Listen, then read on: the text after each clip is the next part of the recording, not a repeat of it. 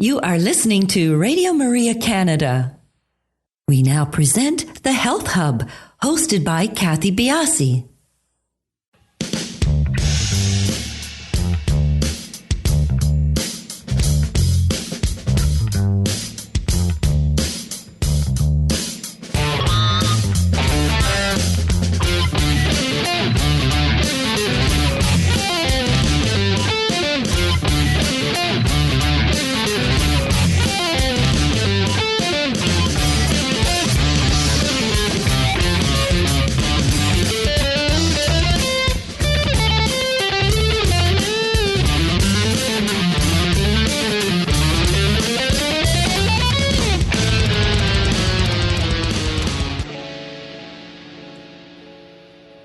Hi, and thanks for joining us today on the Health Hub. I am Kathy Biasi, your host, and along with our producer and everyone else here at Radio Maria Canada. Thank you for taking the time to join us today. We have a great show lined up for you.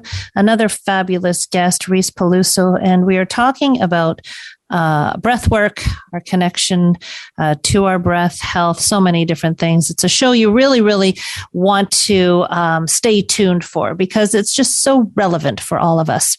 But before we get into our show, let's get some housekeeping out of the way here. We would love for you to follow us on our social sites. We are on Instagram, Twitter, and Facebook, and we are at the Health Hub RMC on those locations.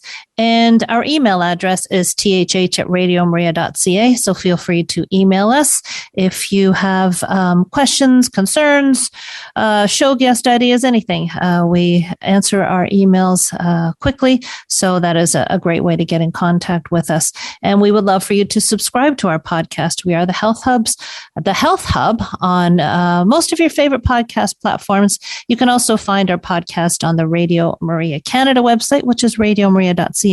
And on my website, which is kathybiasi.com. From summiting mountains in sub-zero temperatures, wearing only shorts, to better handling the daily stress of being a father and being a serial entrepreneur, breathwork has been the catalyst for Reis to find his inner strength and home in on his passions. By sharing progressive yet simple practices to help upgrade one's life, Reis is focused on bringing a multidisciplinary approach to breathing. Reis's breathwork platform, Our Breath Collective, is a first of its kind, offering daily breathing practices, workshops, trainings, retreats, and more to its global community. OBC explores breathing practices from a multidisciplinary, human-centric, and principle-based nervous system approach to empower you in building a skillful, adaptive, and intuitive breath toolkit to unlock true potential and to inspire the extraordinary in your life. We talk a lot about breath work, obviously, in this show, but we talk a lot about many different aspects of it. We talk about the science of breathing, diaphragmatic health, the important role that carbon dioxide plays in our body, the benefits of holding our breath. Just a lot covered in this podcast. So please do stay tuned. We will be back in just a few minutes to talk with Reis Paluso about breathwork.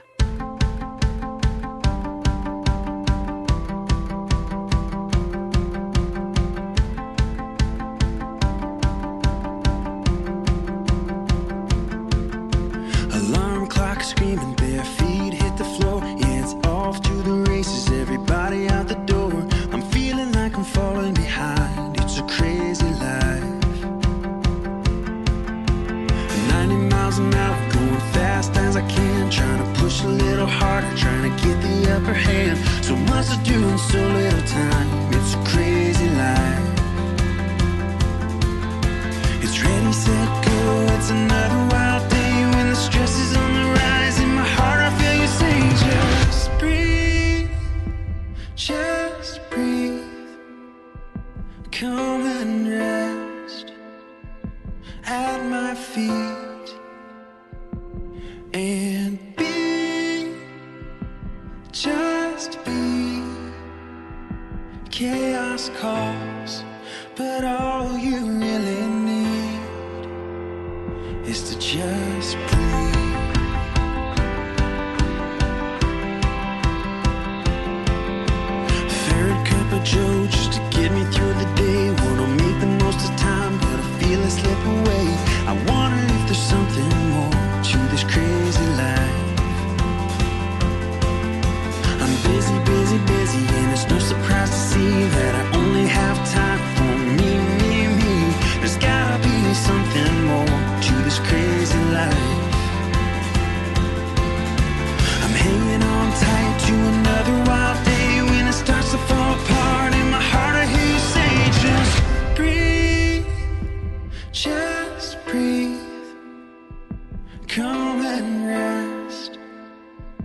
at my feet and be, just be. Chaos calls, but all you really need is to take it in, fill your lungs, the peace of God that overcomes. Just breathe.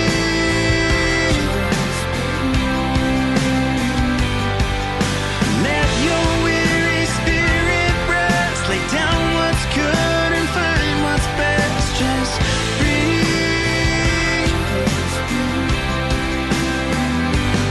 Just breathe. Just breathe.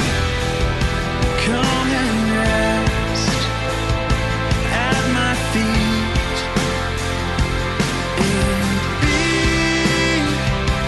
just be. Chaos calls, but all you really need is to just breathe. Just breathe. You are listening to Radio Maria Canada. We now continue with the program, The Health Hub, hosted by Kathy Biasi. Welcome, everybody. Welcome back, everybody. As mentioned, today's show has been recorded, so no opportunity for calling in, but please do follow us on our social sites. We are on Instagram, Twitter, and Facebook, and we are at the Health Hub RMC on all locations. And welcome to the show, Reis. So happy to have you.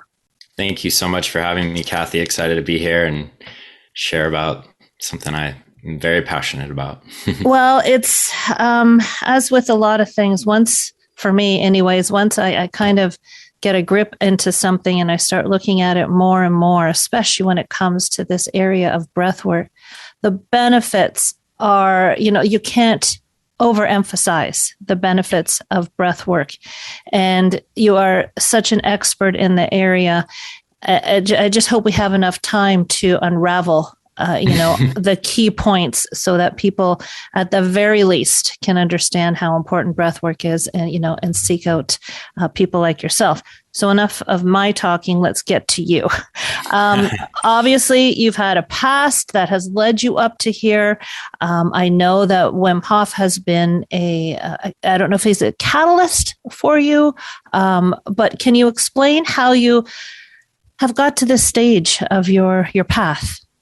Yeah, Wim has definitely been a catalyst for a lot of what I've been doing over the past 6 or 7 years. Really was just at a place in my life where I had a lot going on, 2 young kids, a couple startup businesses, and was really just finding myself needing something to connect to. Surfing has kind of always been my main release and connection to nature and just passion outside of, family and other things. But as the responsibilities and life, things started increasing, the surfing time decreased. So really was just looking for something. I heard Wim on a podcast and I was like, this guy's got some serious mojo that I want to know how he's getting going like that. And really, it just took one breathing session for me that made me feel a way that I've never really accessed on my own. And that was kind of the beginning of the end for me. Like I just dove in head first and really was focused on the Wim Hof method for, about a year and a half. And then got exposed through my journey to other breathing practices and techniques and methods of breathing, from rebirthing to transformational breath work and a number of others. And that really sparked my curiosity to look outside of just the Wim Hof method and see if I could experience as many of the different techniques as possible and uncover what they would do for me. And from there, really began to look at, okay, what are all the similarities between all of these techniques and how do we understand what the fundamental building blocks or principles of each of those are, and then how can I use those to be able to work with anyone? Because I think that's something that's missed is, if you're really just focused on one method, one technique, there's so many other ways of using the breath that are not being focused on by just following one way. So I wanted to be able to work with as many people as I can, and really kind of following this idea of like minimum effective dose, where, things like Wim Hof method breathing, we see like people want to have this big experience and sort of blast off, if you will. And really what I'm seeing and learning more and more about is just how our nervous systems are not really ready for that, especially in today's day and age where, we've been going through a lot of changes and uncertainty and just constant bombardment of stimulus. Not everyone needs a big dose of breathing. I kind of look at more, like I said, minimum effective dose, and how do we sort of maintain ourselves or create a little bit more capacity over time. And then before we know it, we've got all this space to be able to maneuver within that we didn't have before. And something like a 15-minute breathing practice can, through consistency, can help to build that. And so, well, therein lies the connection to all. The Wim Hof. A lot of us can't even fathom jumping into ice buckets and things like that. And a lot of us really aren't on a path to make huge changes, just to sort of deal with what we're dealing with now. Maybe that's all that can be handled right now. And so what you're doing is outstanding to help people. I don't even know if it's coping, but to help people meet their daily lives as best as possible. Now, are your techniques based in science? Are you mentioned the nervous system. Are you tapping into research? How did you formulate your techniques? Yeah, really, a lot of what we're doing is through understanding the science of breathing. We look at the biochemistry, our nervous system, as I said, biomechanics, which are a huge part, and really, like I said, understanding like what are the principles, if we understand what's going on physiologically in our body, and then we understand what's going on through our behavior as it shows up in our nervous system, and then if we understand mechanically how our breath movement is working and where there's potentially restriction or inability to access certain areas, then we have a lot of different building blocks to work with. And so I wouldn't really consider myself having my own method or technique. I call it more of a multidisciplinary approach, where we're just using the principles of the breath and then applying those based on what people are trying to accomplish. Maybe someone has more of a performance-based goal. Okay, well, we need to look at these things in order to help impact performance. Maybe it's stress relief, maybe it's anxiety, maybe it's pain.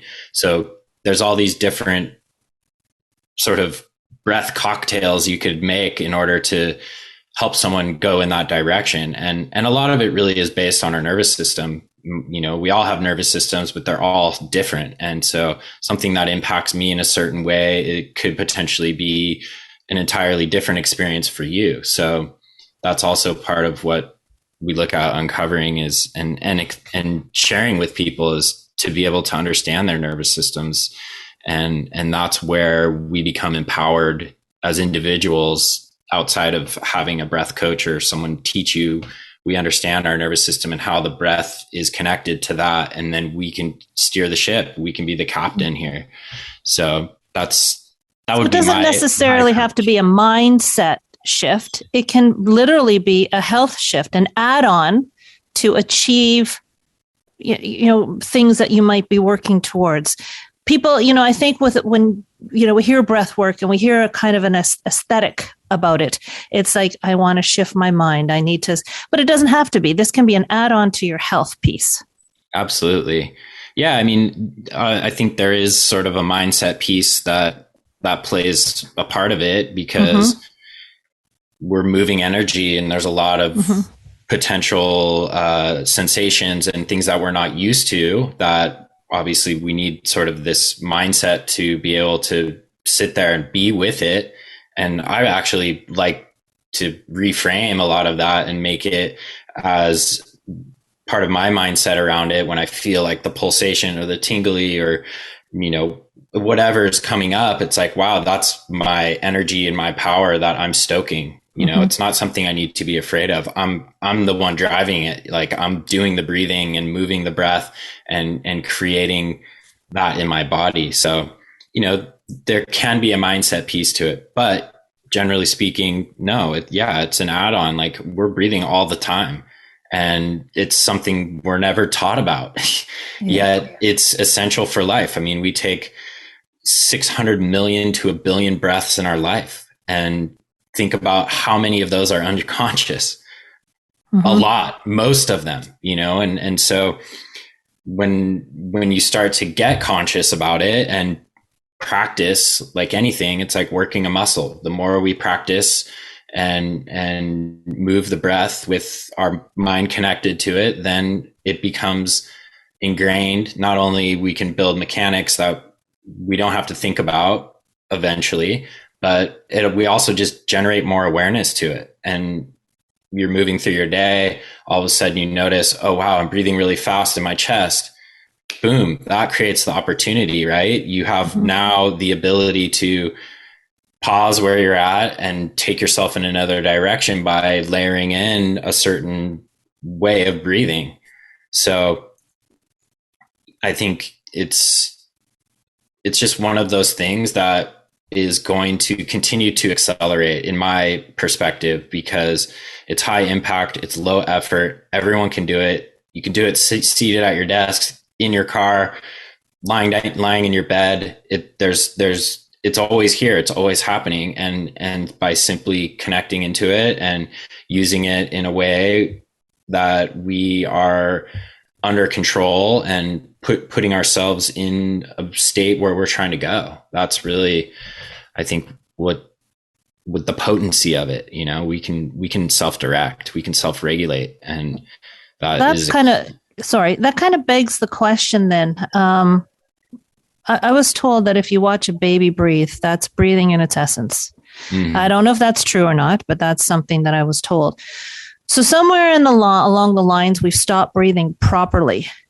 So this is kind of a multi-leveled idea that's popping into my head. I'm just trying to spit it out. So somewhere along the lines, we've stopped breathing properly.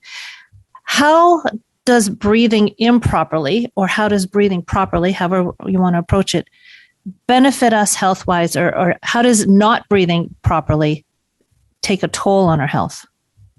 Yeah, that's a great question. And I have 2 young kids and was fascinated watching them breathe, and especially at sleeping at night, or just, I like watching people breathe in general now. You know, I go somewhere and I'm just kind of like watching, and through life experiences and stress and trauma and even mirroring, we adopt away from breathing efficiently and, you know, quote, properly.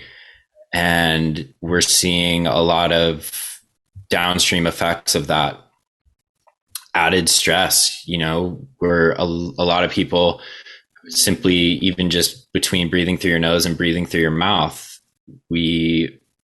most people now are breathing through their mouth, and we're sort of over breathing, meaning we're chronically hyperventilating, and that's having a lot of impact on our nervous system, on our physiology. We are not using oxygen efficiently because of that.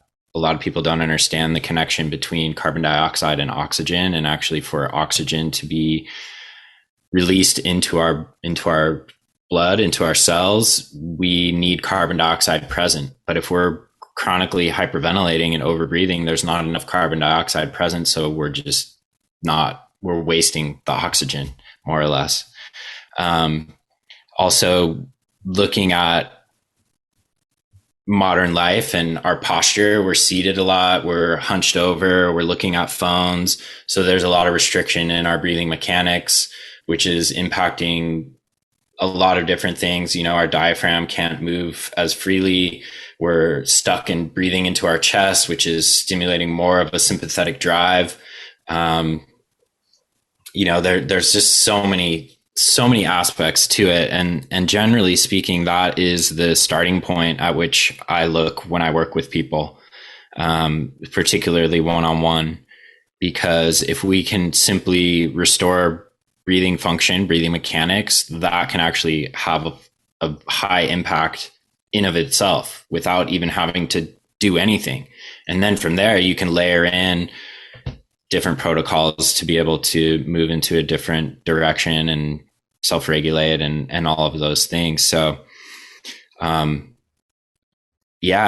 think also one of the things I always am curious about is we're moving so fast through life, and we have all this information and the stimulus and devices and whatever. And so we're staying in this sympathetic state, this fight or flight state, more than we actually should. And we're not actually able to really come into a parasympathetic state to really rest and digest. And I think one of the things I'm curious about, and I don't know 100% if this is true, but this is just something I like to play with, is considering eating food.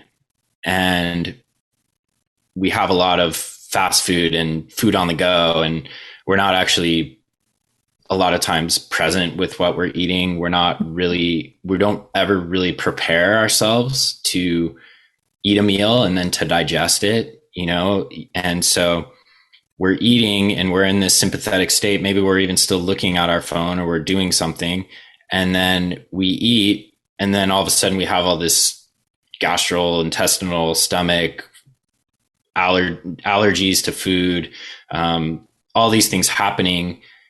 And what would happen if we just paused for a moment before we ate, did some breathing that we know is going to move us into more of a parasympathetic state, and then we ate our meal? What would the impact of that be? And I play with this often, and I notice my digestion and things are actually improved. You're singing to the choir, or preaching, whatever because I mention that all the time when I'm talking to clients. There was an amazing study out about people watching TV while they ate, and how much in the sympathetic nervous system that you're in. And what you're talking about makes so much sense. If you're in the sympathetic nervous system, you're going to have your adrenals are going to be engaged. You're not going to be able to digest. It just makes a lot of sense. But what are we doing fundamentally wrong when we breathe? Well, again, I think the nose versus mouth thing is real. Our nose's primary function is for breathing, and we've got filtration, and we've got nitric oxide, and we've got a mucous membrane. We've got the ability to condition the air so it's more optimal going into our lungs. It's also going to impact the location of our breath. So smaller orifice, more pressure, moves the breath down into our belly, which is further engaging our diaphragm. So I think fundamentally that is a big part that people are missing out on. And then also understanding that our breath is actually this three-dimensional thing, this 360-degree phenomenon that's happening. So a lot of times, you hear like, oh, breathe into your belly or breathe into your chest. Most people are focused on just the movement towards the front, but our lungs there's actually a lot of our lung in our back. And so if we can imagine we have like an inner tube around us and we breathe into that 360 degrees fully in all directions, that's going to be more of a sound and stable breath. We're inflating into all parts of the breath, or all parts of the body, excuse me. So not the stomach. Yeah, I mean, not just your belly is not just moving forward, but your side body is expanding, your back is expanding, even the back of the ribs. The ribs actually sort of lift out to the side like this, like a bucket handle.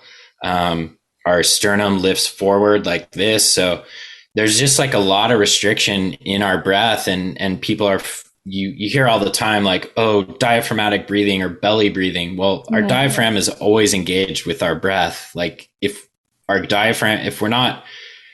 breathing, our diaphragm is moving. But I understand what people are saying in that, of like, yes, focusing on really moving the breath low, getting the diaphragm fully engaged, and belly breathing. A lot of times people just pop their belly out. That's we're trying to create inner abdominal pressure here. So we're engaging the breath all the way around. We're expanding. We're really inflating our lungs down in the bottom of our lungs. You think about being in a high stress situation or just living how we live. A lot of our breath is up in our chest and the upper parts of our lungs, and we're not actually getting a full breath. A lot of the alveoli, which are where the gas exchange happens in our lungs, are in the lower part of our lungs.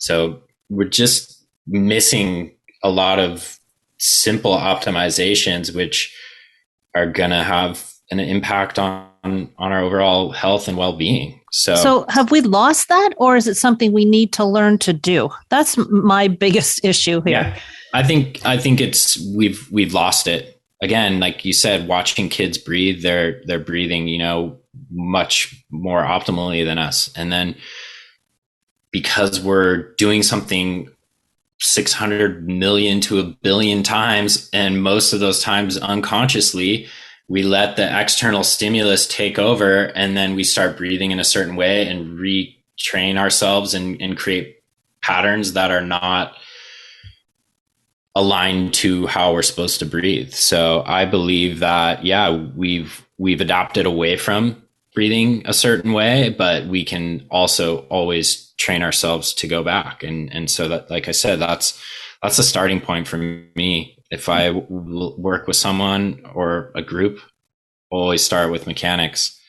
Because we don't want to start moving the breath and practice breathing if we're not aligning to mechanics first, because then we're just retraining the pattern.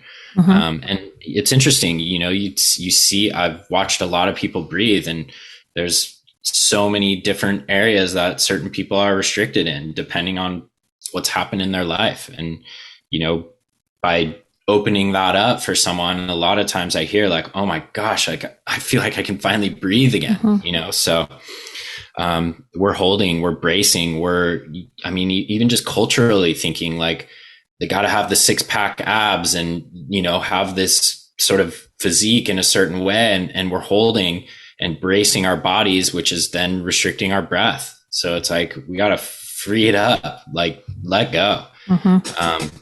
It's a fascinating thing when you really start something that's so simple and so automatic, and the impact that, of course, we know breath is essential for life. But just hearing you talk, there's so many things that I think most of us can do to improve our breath. We're going to take a quick break here, and everybody will be back in just a few minutes.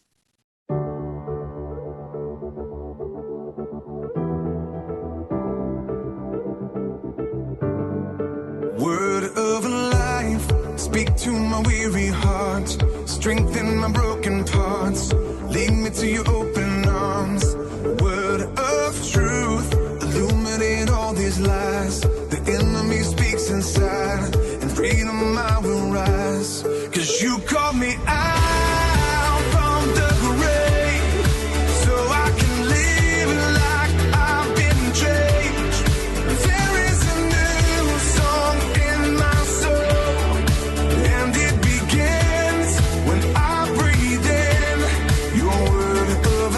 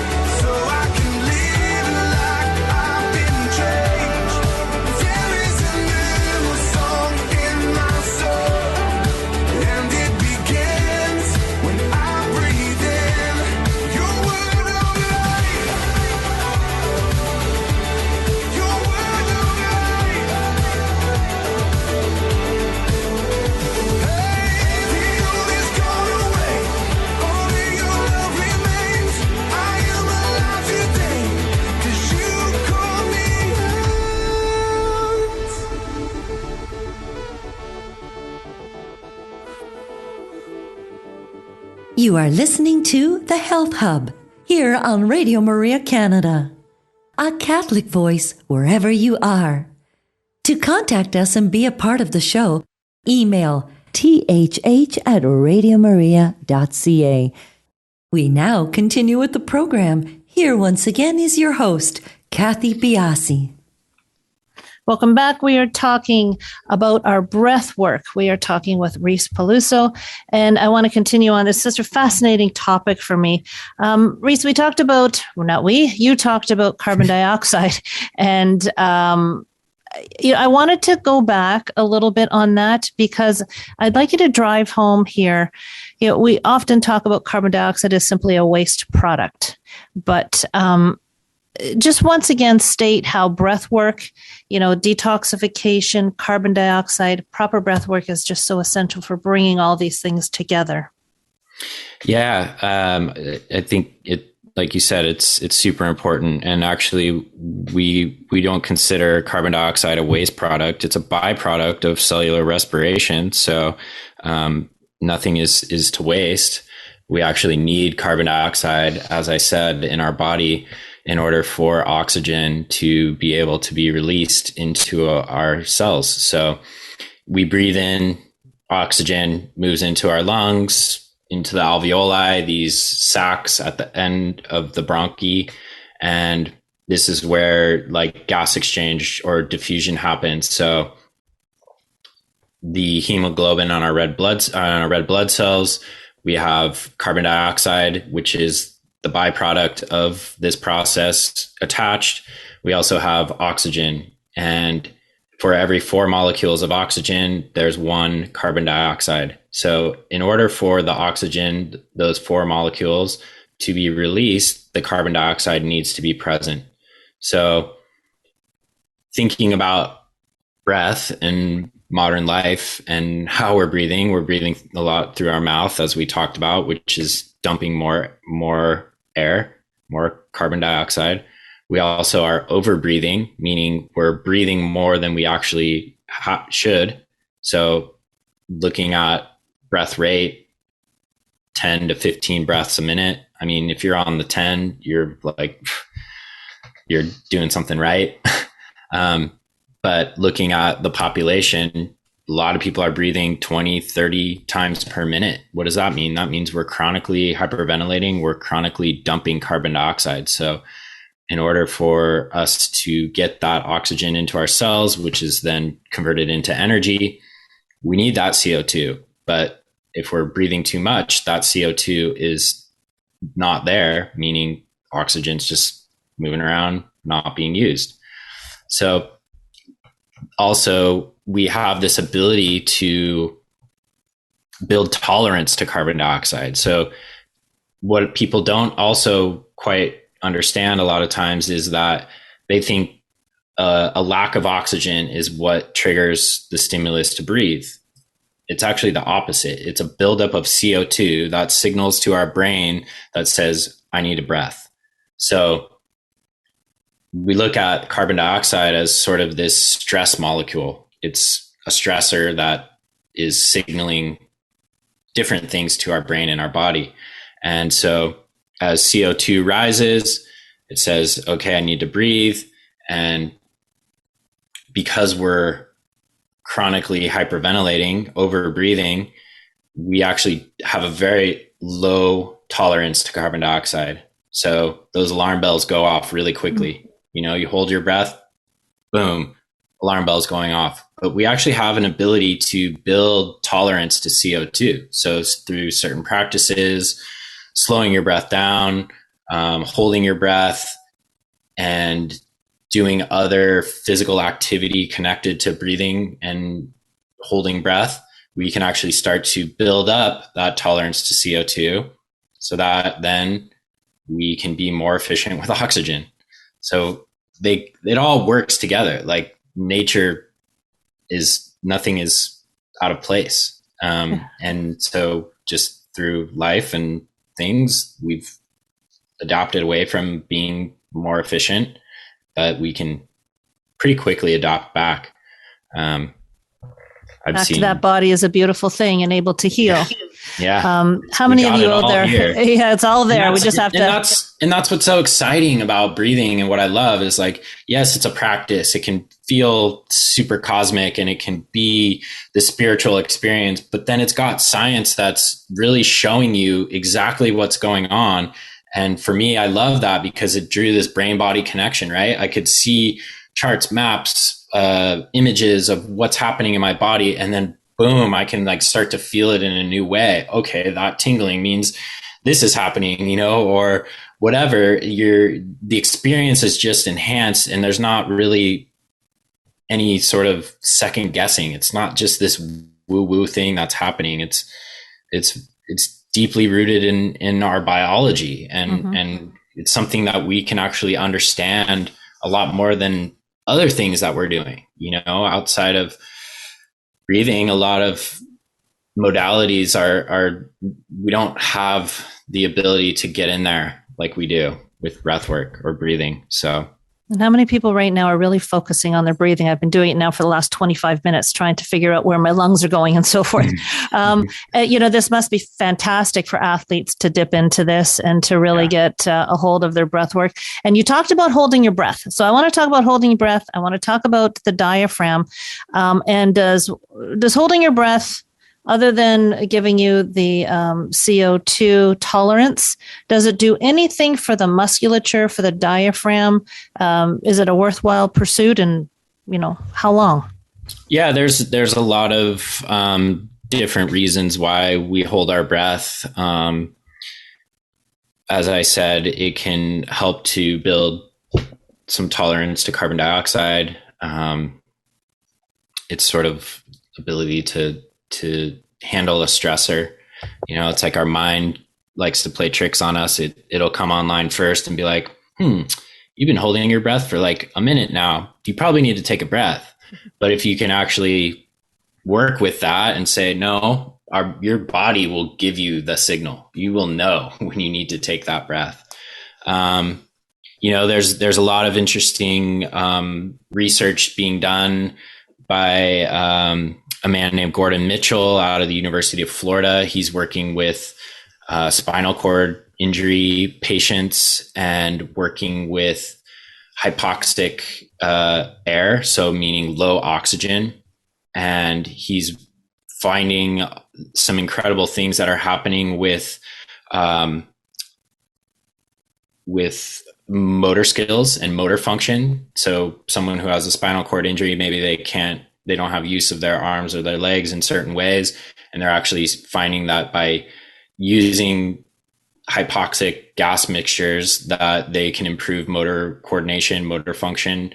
And so we can also create a hypoxic state in our body by holding our breath. So what end though? Like what does that accomplish? So basically, we're getting our body into a place of low oxygen, which is going to stimulate more red blood cell production. So thinking about like someone climbing a mountain, going to Everest, right? They need to acclimatize. And as they get higher and higher, the oxygen levels get lower and lower. And so they acclimatize because they need to produce more red blood cells to be able to carry the little oxygen that's available. So through doing breath holds, breath retentions, and also working with, you know, a hypoxic gas mixture, which is hard to produce without a machine. But, you know, just in that of itself, like building more red blood cells in your body. So that can have an impact on performance, right? Like we're producing EPO, which is what Lance Armstrong was doing. Yeah. Now, do you have to hold your breath? Okay. Is it a breathe out and hold? Does it matter how you hold your breath? Well, typically when we're doing more of a hypoxic, getting into a hypoxic state, it's on like a breath retention. So it's like deep breath in and then hold your breath on the exhale, wherever the breath lands, not squeezing everything out, but just that neutral place and then holding. You know, CO2 levels start to rise, oxygen gets used. We go into a hypoxic state, low oxygen. we also are starting to build that carbon dioxide level. And then it gets to a point where, boom, stimulus to breathe. Then you take a breath, oxygen comes back up, CO2, stabilizes. So generally speaking, when I'm leading something like that or doing something like that, it's holding my breath on a retention, on an exhale hold. You can accomplish a similar thing on an inhale. I just find to hold my breath on an exhale is a very peaceful and nice place to be. What time are you targeting, or should that be even an issue? That's not. I can't say like a time. That's going to change over time. It's going to change dependent on a lot of factors: recovery, your mental state. Some days I can hold my breath for quite a while, and other days I'm just like in my head and unable to hold. So, you can actually get a pulse oximeter. So it's a little device you put on your finger, and it will measure your blood oxygen saturation. So you can use that and kind of like try to get to certain levels. I mean, you can get it pretty low. So interesting. Yeah, there's lots to play with in that regard. Now, the diaphragm, we know it's involved in breathing. I'm not sure which medical field takes it on. What is it, and what does it do? And can we tone it better, or is there a need to? Yeah, so the diaphragm is our primary breathing muscle. It's sort of this partition between our thoracic and abdominal cavities. It's like this double parachute muscle, and it's really, I would say, probably the most important skeletal muscle in our body. Without it, we wouldn't be breathing. And so as we inhale, our diaphragm contracts, moving down, which then allows air to come into our lungs, creating this vacuum effect. And then when we exhale, our diaphragm actually relaxes. So mammals are inspiratory breathers, meaning our inhale is active, again, diaphragm contracts, and our exhale is passive. We also have the ability to have an active exhale, meaning we can squeeze the breath out. We've got these expiratory pump muscles being our internal intercostals, our abdominal, some of our abdominal muscles. So that allows us to actually contract and exhale with an active force, which is great for physical activity, right? Mm-hmm. When we're under high metabolic demand, we need more ventilation. So we need to move the breath faster, and it becomes active in both directions. But generally speaking, at rest, exhale is passive. Diaphragm just relaxes, boom, pushes the air out. So also thinking about the diaphragm and its connection to our organs. So as the diaphragm's moving, it's massaging our vital organs, our gut. Really all the organs are moving with our breath. In addition to that, what I find interesting about the diaphragm is that it doesn't have the same nerve receptors as our other muscles. So you think about your arm, and maybe you're, doing bicep curls, right? Over time, you start to feel that burn in your muscles. Well, our diaphragm doesn't actually have that same burn feeling. So what I think is super important is to be able to strengthen our diaphragm, considering that it's connected to ventilation and connected to our ability to create energy through the breath. Well, then strengthening our diaphragm is super important. If we can't feel it going out, it's likely that it's actually becoming more tired because it's so active in ventilation, particularly under high metabolic stress, that diaphragm is getting tired before you potentially feel it in some of your other muscles. So it's sort of like this interesting thing to think about is, okay, well, how do I strengthen my diaphragm, right? We can do, pulsations of our breath. We can do full inhales, full exhales. So we're really kind of stretching the diaphragm in both directions. We can do breath holds in different ways to strengthen it. There's a lot of work that we like to do with like fascial release, even just using your fingers and sort of massaging these areas. We've got some balls that we like to use to kind of open up our primary breathing muscles and get into these areas. And as I said, we're holding our bodies in certain ways because we think it's the right way, or we've got stress, or we posturally, seated at a desk, you're sort of hunched over, looking at your phone, you're hunched over. Our diaphragm can't move as freely. So thinking about our body as like this cylinder, and our diaphragm, if we have good posture, our diaphragm can move freely up and down the cylinder. But if we're bent over, then there's sort of this curvature. It doesn't move as fluidly, which is going to restrict breathing. So I think it's important also to consider that our posture is constantly changing, and we can't always like be seated vertically and be in this perfect postural position. So also doing practice in other positions to be able to still work with the diaphragm. You see like people doing breath practice or even like meditation, and they're in this like perfect lotus position. It's like, yeah, but most people, when you actually sitting like that, or is your body positioned like that when you're moving through life? Not very often. Like I can't sit in that position for very long.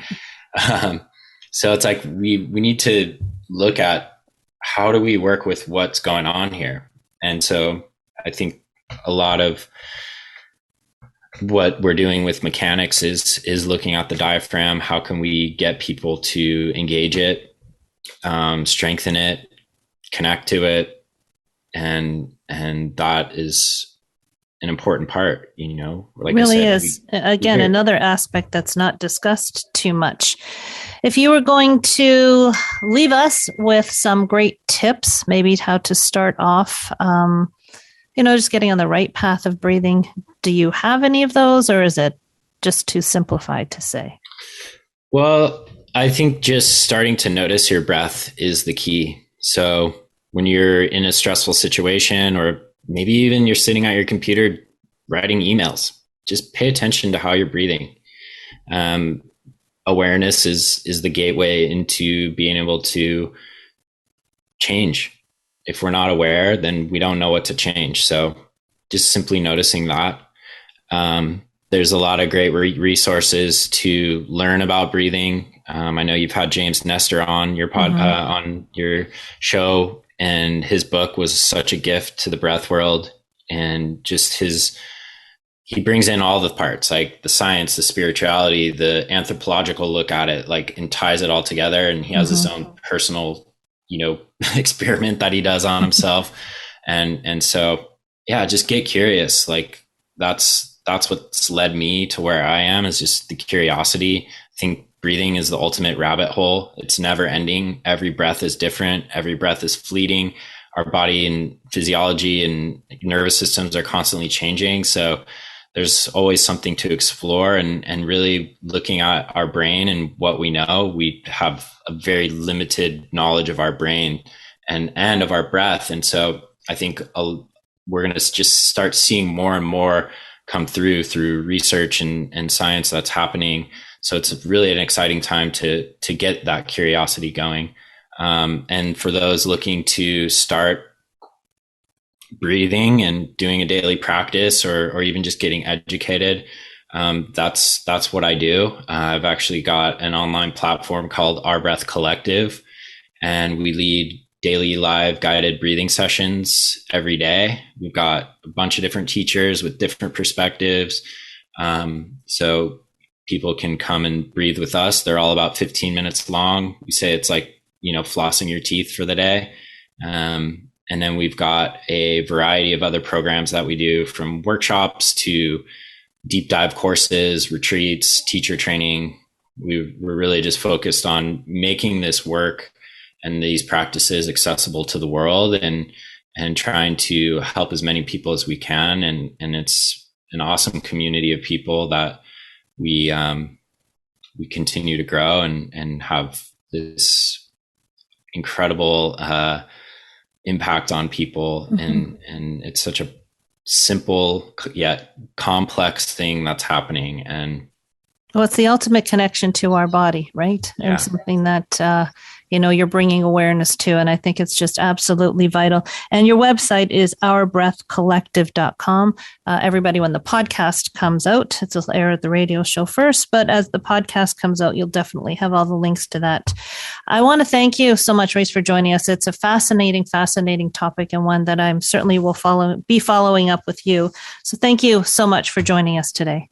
Thank you. I appreciate it, and wonderful to be a guest, and really just love talking and sharing about this. So it's an honor. Yeah, your passion certainly shines through. So thank you very much. And everybody, we'll talk to you next week on The Health Hub.